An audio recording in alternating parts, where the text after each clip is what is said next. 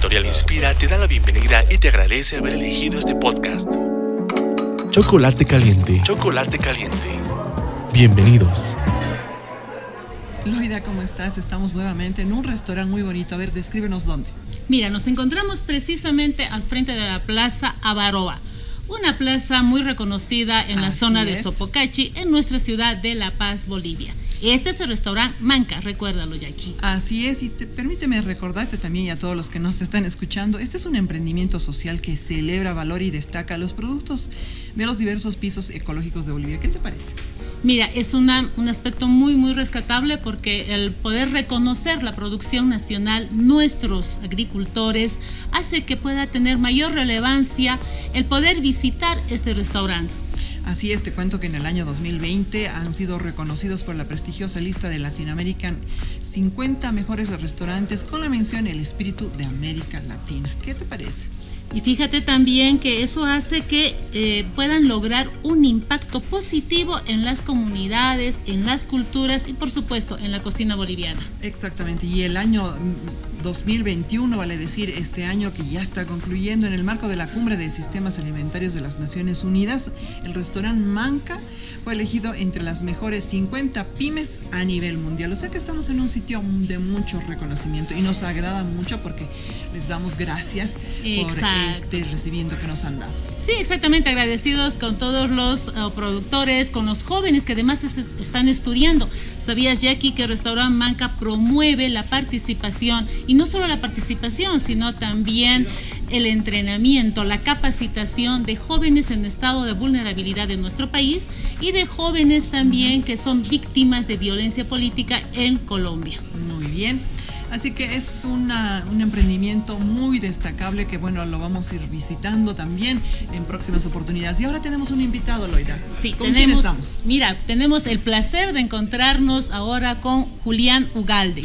Él es terapeuta familiar, un destacado especialista que viene trabajando ya hace muchas décadas en poder acompañar, asesorar, ayudar a diferentes familias en diferentes aspectos. Bienvenido, Julián. Qué linda, esta es tu casa, Chocolate Caliente, y aquí en Manca. Gracias por la bienvenida y es un gusto estar en un lindo restaurante, realmente, de mucho gusto, de mucho arte también, porque vemos los arreglos que han hecho, son adaptaciones y así por el estilo. Excelente. Muchas gracias, Julián, nuevamente por tenerte con nosotros. Esta tarde hablaremos de qué temas, Jackie. Así es, vamos a hablar de un tema que tal vez muchas personas seguramente no lo quieren tratar, o bueno, lo vamos a tratar ahora también, que es el síndrome del nido vacío. Y ustedes dirán, ¿qué es el síndrome del nido vacío? Julián, ¿tú qué mejor que nos puedes explicar? De nido ausente. De nido ausente o de nido vacío también. A ver, explícanos qué significa. Bueno, yo entendería esto como cuando, por decir así, los pajaritos dejan el nido, ¿no? Y bueno, en todo momento llega, en cualquier momento llega eso.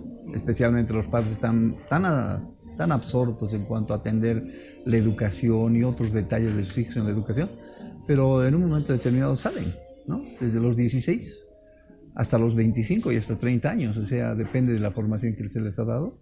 Hay algunos que tienen una tendencia a sacarlos a sus hijos muy temprano, ¿no? Sacarlos prácticamente. Aquí en Bolivia no es tanto, creo, ¿no? Dependiendo de la clase social, ¿no? Sí, más que todo en Europa y Estados Unidos hay 18, 17 años, pero ahora en realidad hay un nivel de independencia, ¿no?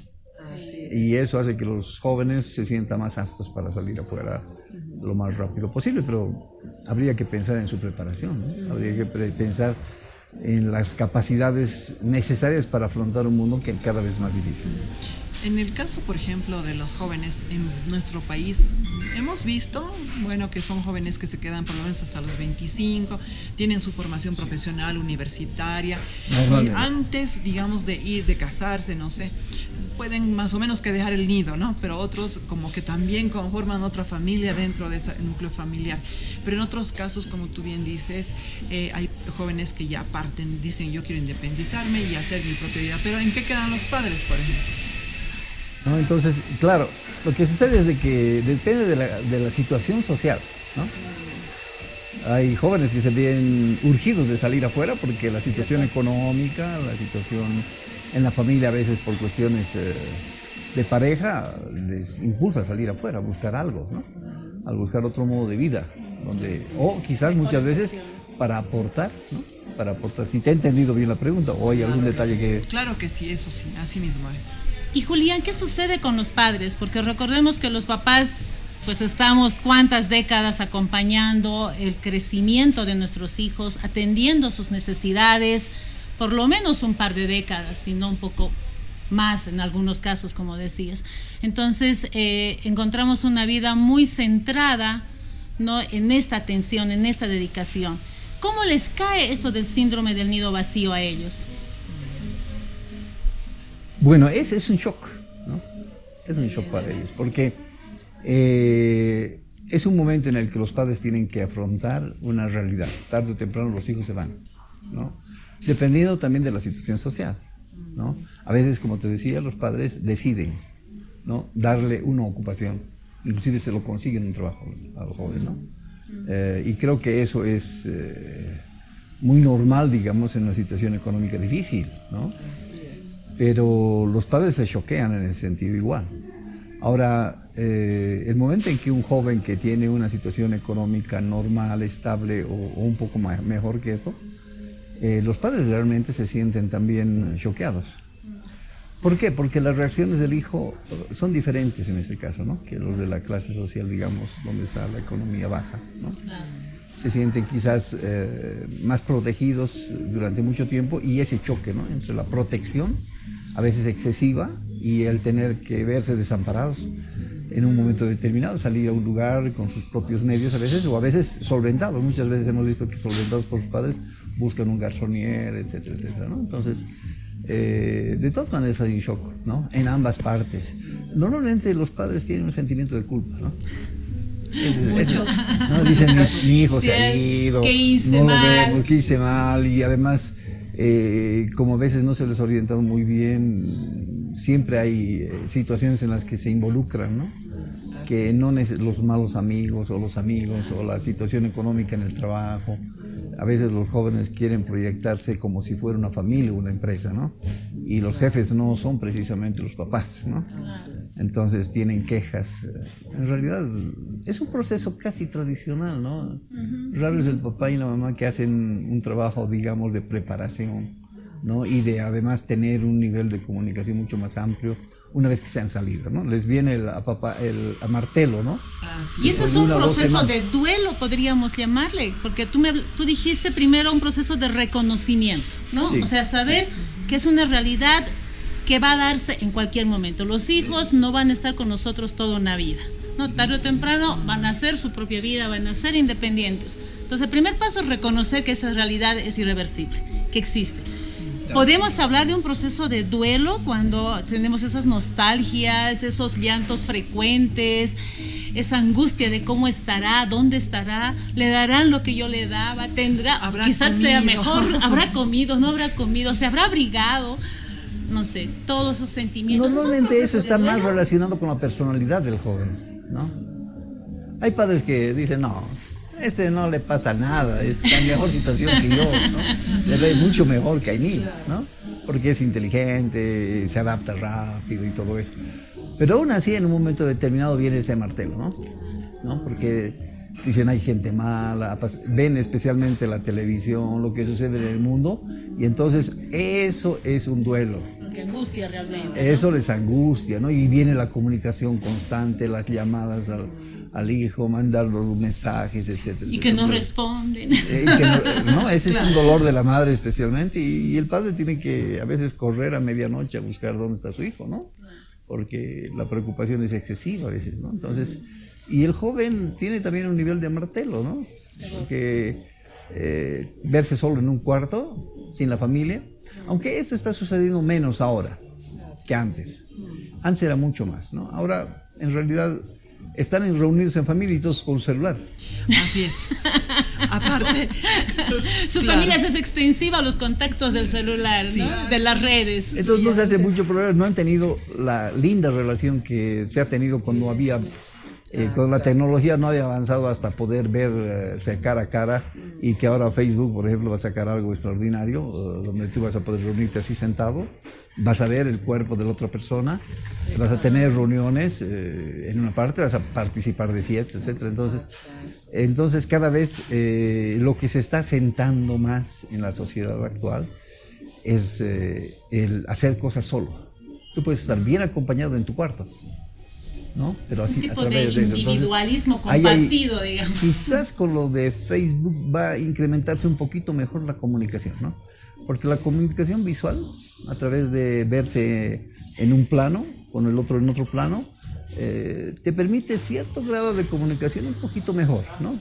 Antes era simplemente la voz, ¿no? Conversaban con la voz y listo, ¿no? Pero ahora ya es la figura y después va a ser el cuerpo, ¿no? Pero la comunicación, hasta antes de que se vaya el hijo, la comunicación ya no es la misma. Ya no hay una estructuración de la conversación en términos emocionales, afectivos. Los gestos ya no son tan naturales, ¿no? Se estereotipan ellos mismos a través de, inclusive el lenguaje que ya es el lenguaje que se usa en WhatsApp, el lenguaje que se usa en Facebook, ya no es un lenguaje normal, ¿no? Y ya tiene un significante y significado diferente, ¿no? Entonces, es lo que pasaba, ¿no es complejo, cierto? ¿no? Con el tema de la educación virtual, ¿no? La educación a distancia. Si bien los adolescentes o los niños pequeños están conectados, ¿no?, con los sistemas de las redes, sin embargo, ellos no tenían la capacidad, por ejemplo, de interactuar físicamente con su compañero de curso, ¿no?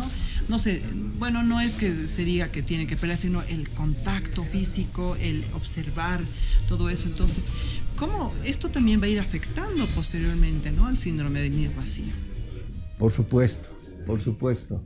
Y en realidad el sentirse amartelado, por decirte así, tanto de una parte, es porque no se ha completado la comunicación cuando era posible. ¿No? Por ejemplo, por lo menos una vez al día deberían reunirse toda la familia.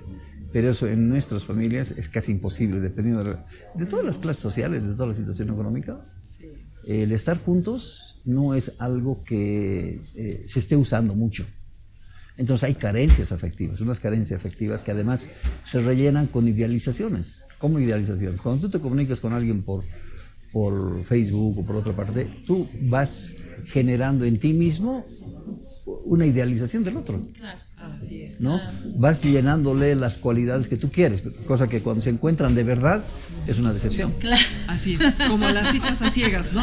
Exacto. Es una cualidad, una foto súper retocada, ¿no? Entonces tú dices, bueno, una persona interesante. Está en papel regalo. No es, ¿no? Está en papel regalo y cuando claro. lo abres vamos a ver qué encuentras, ¿no? Y antes de hablar por Facebook sí. o por WhatsApp, tenemos una preelaboración de la conversación, la calculamos, la preparamos, estamos haciendo un plan de trabajo, ¿no? Y hasta yo podría arriesgarme a decir que muchas veces cuando surgen cosas violentas de personas que nunca se han conocido y acaban golpeándose, insultándose, es fruto justamente de esa falta de afectividad por el contacto directo. El contacto humano. Humano, físico, ¿no? Donde hay gestos, porque la manifestación de un sentimiento positivo también tiene relación con la presentación del cuerpo, la gestualidad, los movimientos. Eso es un gestalt, ¿no? Claro. Es algo que los humanos hemos ido desarrollando, ¿no?, a lo largo de tantos años. Y eso se ha desestructurado. Entonces, esa falta de comunicación estructural completa, integral, es lo que después genera deficiencias en la comunicación entre padre e hijo. Y claro, lo que genera el síndrome del nido vacío, que estamos tomándolo ahora, ¿no? Ese sentimiento grande de ausencia de los hijos, ¿no? Y cuando ya tenemos, Julián, ese problema, ¿qué podemos trabajar como padres? ¿Qué debemos hacer cuando ya el hijo se ha ido, o los hijos ya se han ido yendo? Cuando tienes dos escenarios, ¿no? Uno, cuando es una familia monoparental, o solo la mamá o solo el papá, y cuando es una familia con papá y mamá, ¿no? Entonces, ¿cómo se debería trabajar ese tema? Bueno, ese es un asunto bien interesante. Lo que pasa es de que mucha gente se encuentra en una situación de crisis de algún tipo, emocional, afectivo, depresión, otro tipo de situaciones. Pero, ¿saben cuál es la clave de por qué sucede eso? Porque no se va explicando lo que va sucediendo. De pronto se encuentra en una situación que no se imagina. Entonces, necesariamente tiene que haber alguien que trabaje terapéuticamente, psicológicamente, dando la información precisa al papá, a la mamá y al hijo de por qué se encuentran así.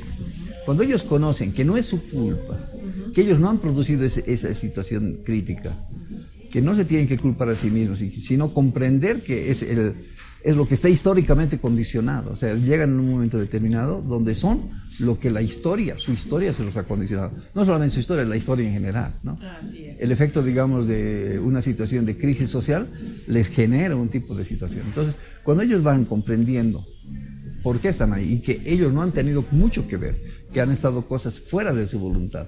Algunas decisiones sí las han tomado y sí esas decisiones han tenido un efecto en su vida, en su forma de vida, ¿no? Algunas. Pero muchas están fuera de nuestro control. Entonces hay que enseñarles a manejar lo que sí pueden manejar, lo que está bajo su control, y aprender a aceptar lo que está fuera de su control y adaptarse a esa situación. Entonces los padres y los hijos tienen que tener ese tipo de proceso, necesariamente muchas veces con un terapeuta, ¿no? ¿Por qué? Porque el terapeuta conoce más de poder interpretar, entender los signos sociales que se presentan en un momento determinado y explicárselos. Cuando tú les explicas, vas a notar, y he notado muchas veces con los jóvenes, un alivio, ¿no?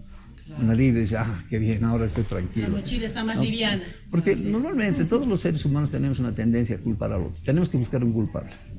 Siempre tenemos que buscar mi papá, mi mamá, mi hijo, su carácter, y este amigo se ha metido con ella o con él. Entonces buscamos un culpable, pero esa no es la solución. La solución es entender por qué en un momento histórico de nuestra vida somos y estamos como estamos, ¿no? Entonces, a partir de entender eso, de entender cómo se ha ido procesando la historia, vamos a ir dando cuenta, ¿no? El amar a un hijo o el no amarlo, o el amar a un padre o no amarlo. A veces se dan esa dicotomía, ¿no? Un sentimiento ambivalente, y eso es lo que les conflictúa, ¿no? Que una madre que aparentemente ama mucho puede tener tratos sociales con sus hijos o tratos afectivos sumamente agresivos, ¿no? Creyendo que es el mejor método. Entonces todos esos factores van redundando después en ese nido vacío que después siente el padre, la madre y hasta los hermanos, ¿no? Claro. Ahora bien, hablando ya de los padres también, ¿no es cierto? Ya una vez que ya se han ido los hijos, han formado familia, ya tienen niños y los padres ya tienen nietos, ¿no?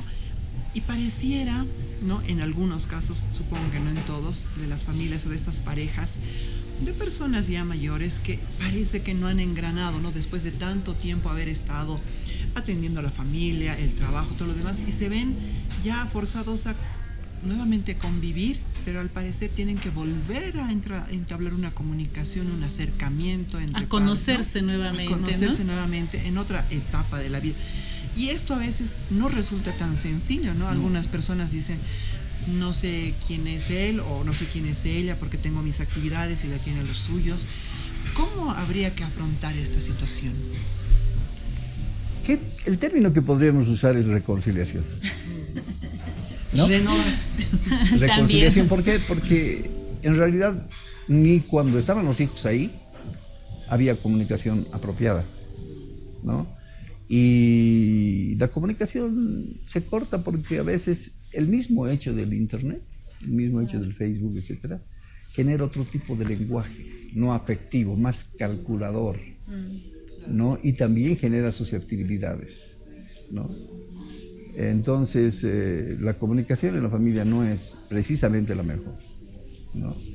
Entonces ahí, por decir así, el padre lo estereotipa al hijo y igual el hijo al padre. No es tan grave en todos los casos, pero normalmente sucede eso, ¿no? Entonces, la cosa es ayudarles a comprender por qué y cómo ha sucedido y cuáles son los métodos para tener una comunicación más fluida y ese sentimiento de desamparo desaparezca, ¿no? Porque saben que un padre y una madre los quieren, pero no solamente saben, sino lo comprueban. Y la percepción del padre y la madre que tienen a veces de su hijo también tiene que pasar ese proceso de tener un estereotipo respecto a él, empezar a darse cuenta que es un hijo que los ama, ¿no? Entonces ese proceso necesita, otra vez, como les digo, requiere que exista por lo menos una breve entrevista con alguien que trabaja con el comportamiento humano, ¿no? Y darle esa oportunidad a la familia para evidentemente mejorar la relación, ¿no? Aún en una situación así de ese tipo, crítica.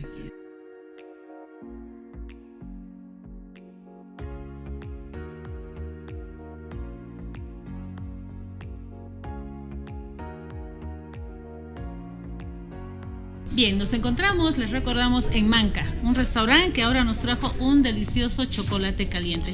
Así es, Loidita. Además tiene un sinfín de productos que las personas que lo visitan lo pueden degustar. Y sobre todo son productos naturales, son productos hechos por los empresarios, emprendedores bolivianos. Y también son elementos alimenticios de buena calidad, sanos y sobre todo nutritivos también. Así que las personas que nos escuchen y quieren darse una vueltita, por favor, con Manca Restaurant y además alimentación saludable lo pueden hacer. ¿Dónde nos encontramos en Manca? Aquí en la zona de Sopocachi, estamos en Manca. Si usted visita la ciudad de La Paz, estamos en la zona de Sopocachi, frente a la Plaza Barro.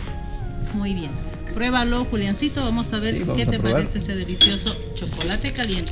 Bueno, sabían que para todo éxito tiene una empresa de alimentos, el 25% del éxito Ya. se debe al chocolate.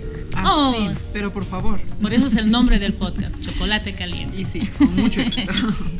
Bien, nos decías, Julián, que bueno, el hecho de que las parejas quedaron solas después que los jóvenes, bueno, formaron familia, hijos, ¿no? Tendrían que tener, yo creo que, nuevamente, nuevos horizontes, ¿no? Para poder continuar la vida, ¿no? Con objetivos establecidos, tal vez. Es que los hijos sirven para muchas cosas. Sirven para educarlos primero, ¿no? Sí. ¿Lo ves? La responsabilidad de los padres, ¿no? Sirve también para decir, ¿sabes qué? Yo estoy haciendo mucho por el Pedrito, por el Juanito, ¿no? ¿Y tú qué estás haciendo, no? Pues yo estoy haciendo eso. Entonces, es como no solamente la obligación de cuidarlos y criarlos, sino también el liberarse de los sentimientos de culpa que siempre están en todas partes, ¿no? Sí. Y decir, Inevitable, no, yo estoy haciendo creo, ¿no? esto, he hecho esto. Y además que el lenguaje boliviano muchas veces es ese, ¿no? Tú tienes la culpa, tú has hecho esto, no has hecho esto, deberías de... Entonces no es tanto como me gustaría hacer esto, no me gustaría que hubiéramos hecho esto. ¿Qué te parece si lo hacemos, no? Es más acusativo, más inquisitivo, ¿no? Exacto, ¿no? Y creo que procede de las tres culturas, ¿no? La hispana, la quechua, la aymara, porque siempre hay lenguajes de ese tipo, ¿no? Siempre hay ese tipo de palabras, ¿no? Que son acusativas del otro, ¿no?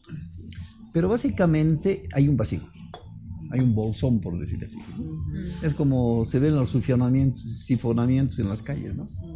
En un momento determinado se retira el agua de ahí, por alguna razón se filtra y queda un hueco ahí interno, ¿no? Antes estaba lleno de agua y no había problema, pero en muchas partes del mundo está pasando el sifonamiento. Se diluye esa agua, se va esa agua y quedan bolsones y entonces se hunde. Y eso pasa también en la familia, ¿no? Porque ahí tienen que enfrentarse cara a cara, ya no hay un punto, una excusa, ya no hay una manera de decir el tal, el cual, ¿no? Ya no está de por medio el hijo o los hijos, eso, ¿no? Y eso es lo que se ha visto en la pandemia, por ejemplo, ¿no? Efectivamente. En la pandemia hemos visto que en realidad nos hemos visto a las caras y hemos dicho, bueno, ¿qué pasa aquí? ¿No? Habías Nunca nos existido, hemos digamos, de visto. otra manera, ¿no? Así Y a ver, era, charlaremos, sí. ¿no? Charlaremos, conversaremos, pero quizás lo primero que ha sucedido es cocinar por montón, ¿no? Comer por montón, ¿no? O reparar todo, como No, desesperados. reparar y así por el estilo, pero la comunicación ha seguido siendo deficiente porque la gente se ha abocado a la televisión, se ha abocado Se ha a aislado más estando información, se ha juntos, aislado, ¿no? Entonces creo que básicamente podríamos calificar que el fenómeno del nido vacío procede de una situación, no del nido vacío en sí, sino de una forma de comunicación que se ha desgastado durante 10, 20 años, 30 años, ¿no? Y se ha establecido una forma de comunicación muy, muy fría, muy regular, pero no profunda, ¿no? No ha habido profundidad en las conversaciones. Y la construcción tal vez de intereses comunes, ¿no? Por ejemplo, como pareja, ¿no? Como esposo, esposa. Hay un elemento también ahí, Loida, ¿no? De que, bueno, dependiendo de la pareja que esté ahí, no todos ya son jóvenes ahora, es decir, cuando ya ocurre el tema del síndrome vacío, ¿no es cierto? Entonces uno quiere emprender, viajar, pero la fuerza física a veces no da, o los tiempos no dan. O los recursos. Claro, ¿no? entonces para no frustrarse más, ¿cuál sería la mejor opción? Tal vez volver a construir juntos, nuevamente decir los dos, a ver qué podemos hacer. Ponerse metas, ¿no? Ponerse metas. Algo que hasta los comunistas dicen que yo no soy político, pero ellos dicen que la esperanza de la liberación, por ejemplo, ayuda mucho, ¿no? Pero entonces, si lo aplicamos en la familia, la esperanza de mejorar la relación personal o la relación de pareja debería ser lo que promocione, ¿no? La seguridad de que sí, y eso tendría que dar un terapeuta, ¿no? ¿Sí? La esperanza segura de que una pareja que ya está separada, que ya está dividida en sí, ¿no? Porque están a punto de retirarse de la pareja y hasta formar otra familia, donde van a fracasar con seguridad, ¿no? Pero darles esa esperanza segura de que puede mejorar la relación y que además pueden ponerse metas, ¿no? Es decir, ¿qué tal si nos ponemos la meta de por lo menos al día reunirnos media hora? Y que no hablemos de política. No hablemos de nosotros. Hablemos de nosotros, hablemos de nuestros hijos, pero en términos sumamente positivos. Todo positivo, ¿no? A veces la relación de pareja es negativa porque tanto el padre como la madre, o tanto el esposo como la esposa, hablan negativamente del otro y se quejan. No es general, pero si analizas una conversación entre una pareja, vas a notar que siempre hay una queja detrás, ¿no? Cuando lo mejor para construir una pareja depende de lo positivo, de que hables positivamente, de sus cualidades y te olvides de las cosas negativas. Cuando se abunda las cualidades de la otra persona, sea del carácter que sea, eso mismo le edifica a la otra persona, porque ella percibe la actitud, percibe los sentimientos positivos, ¿no? Entonces, personas que en un matrimonio a veces han sido un desastre, cuando se casan con una persona que es sumamente positiva, recupera su autoestima, recupera todo. Entonces, no se dan cuenta muchas parejas que se hacen daño, ¿no? Porque ven lo negativo.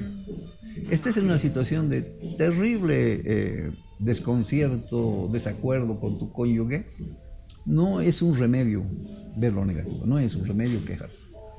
O sea, puede ser que en realidad haya poca esperanza para la familia, pero lo que tú seas positiva en todo sentido y te pongas la meta de no ser negativo para nada, ¿no? Va a edificar de todas maneras, va a dar una posibilidad de edificación de la relación conyugal, ¿no? Eso es lo positivo. Esa es la manera. Y en este proceso, Julián, de poder trazarse metas, ¿no? Como pareja, como matrimonio, también tendría que entrar el trazarse algunos objetivos personales, ¿no? El un poco reconstruir tu vida de aquí para adelante. No lo que yo hacía y ahora no hago, sino qué puedo hacer de aquí para adelante, en esta nueva vida, ¿no? Donde, repito, ya no están los hijos, tenemos más tiempo, ¿no? Posiblemente para una serie de actividades. Si vemos la realidad, en realidad el pasado no existe. Ha pasado, no existe. Claro. Lo que ha quedado son los recuerdos.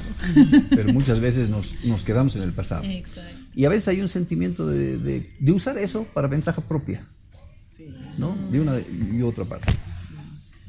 Cierto, las infidelidades son cosas que son difíciles de olvidar, ¿no? Casi imposibles. Sin embargo, si se lograría dejar a un lado eso y se ve lo positivo de la persona, asumimos una posición constructiva hacia el otro.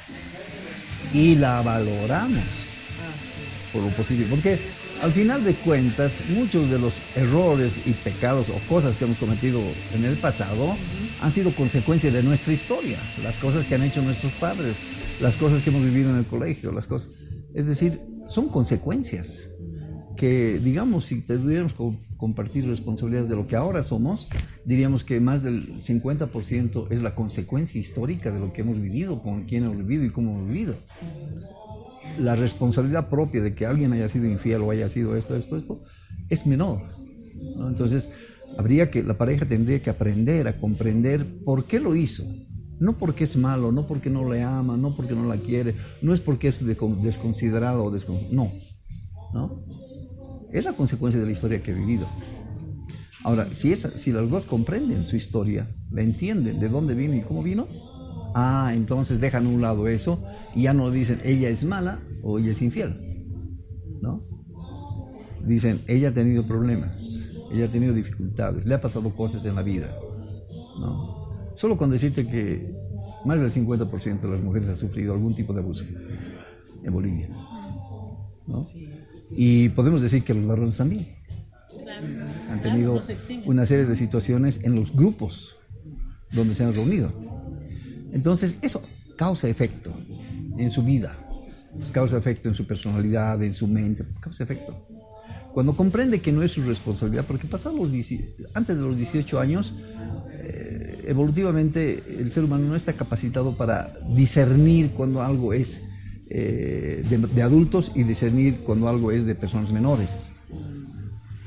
No tiene esa capacidad. Entonces, pero evidentemente cuando ya asume la realidad de una persona mayor, empieza a sentirse culpable por cosas que ellos no podían controlar, o un abuso, o una violación.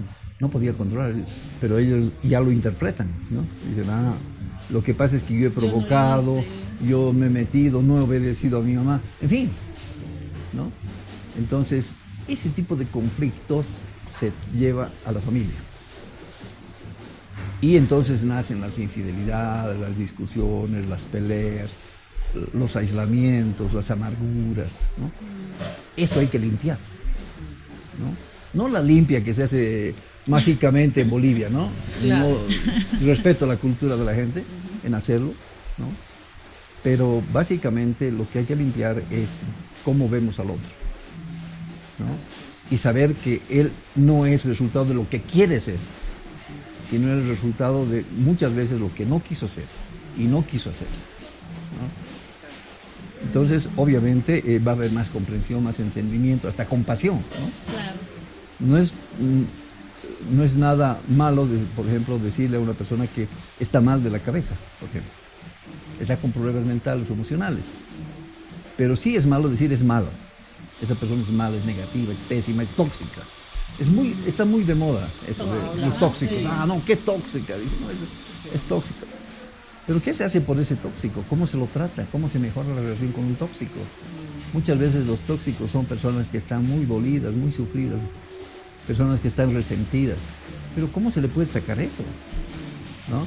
Entonces, el esposo y la esposa pueden jugar ese rol de positivo, o sea, amanecer con la meta de hacer feliz a esa persona.